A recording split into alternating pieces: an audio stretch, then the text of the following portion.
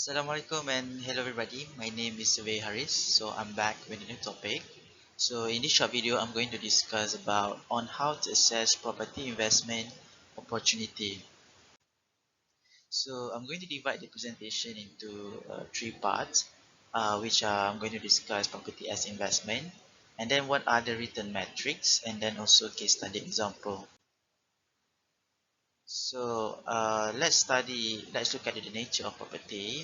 First, property is immovable, means that property is fixed to a location and you cannot bring to anyone you want, anywhere you go. So property is unique in such ways. Secondly, property generally appreciates in value. This is due to limited uh, increasing increasing demand and limited supply. So the world population is growing at approximately 1% per year, which about five every second five babies are born. So the rise in population will increase the demand for real estate for dwelling and business purposes. So the increase in demand will increase the property value. Thirdly, property hedge against inflation.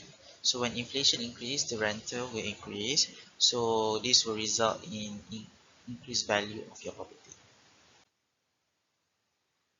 There are several types of property, so different category of property has different return profile in terms of return rate, capital gain, and type of income, risk profile, etc. So the first one is residential, such as condominium, landed houses, terrace, bungalow, etc. So you can use this property either for your own stay or long-term or short-term rental. Second is hospitality property, such as hotel, resort, hospital. So the income is through the revenue generated through membership or sales of F&B, list, etc. So the third one is office building. The return is in terms of rental and capital gain.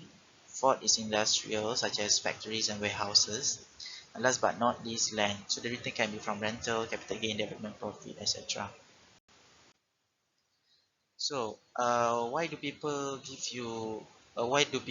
invest in property? Because property give you two types of return. So the first one is capital gain. The second one is recurring income. So as I mentioned earlier, property value appreciates over time. For example, terrace house in the 1990s cost about 100K, but 20 years later it has appreciated five times full. Furthermore, property can give you recurring income, for example, rental and revenue from the businesses. So this is the data from National Property Information Center or NAPIC that shows in general price of house has increased over the years.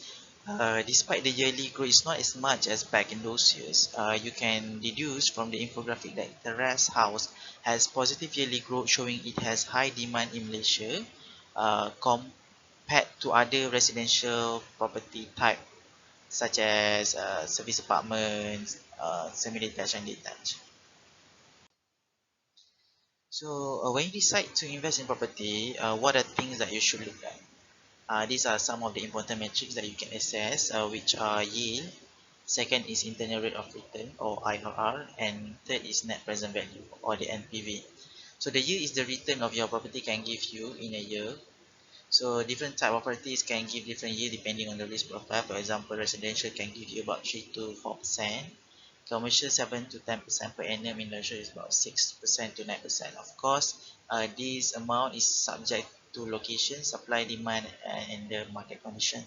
So you can expect commercial property give you the highest return. So next is IRR. IRR is the return relative to cash flow and time. It takes into account the concept of time value of money because the one value that you invest today will not be one after 10 years is no longer $1. That is concept time value of money. So investor usually hope for double digit IRR, usually about 10 to 20% depending on the risk profile. And then the NPV is the value of your investment today. So if it's more than zero, then the investment is worthy and vice versa.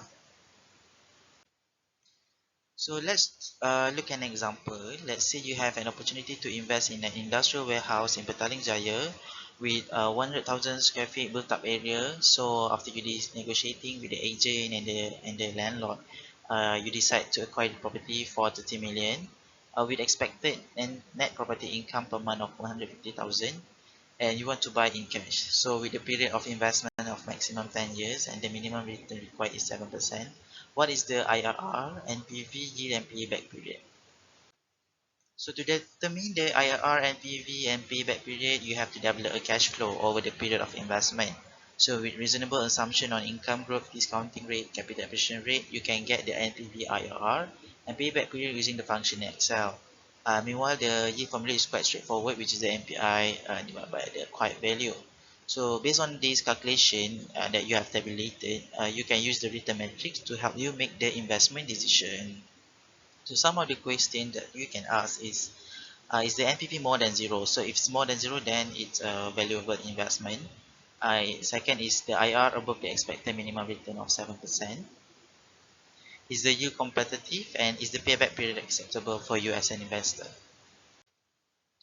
So in summary, property is an investment option that you should really consider because it provides you with dual income, which are capital gain and recurring income. So property investment is a great way to preserve your wealth. Before I end the sharing, I would like to introduce you to my team. We are property consultants registered with the Board of Valuers, appraiser, estate agent, and property managers Malaysia. If you need of any of the real estate services mentioned, we are more than happy to assist. And if you have any questions related to property, you can contact me as per the number. Thank you, and I'll see you next time.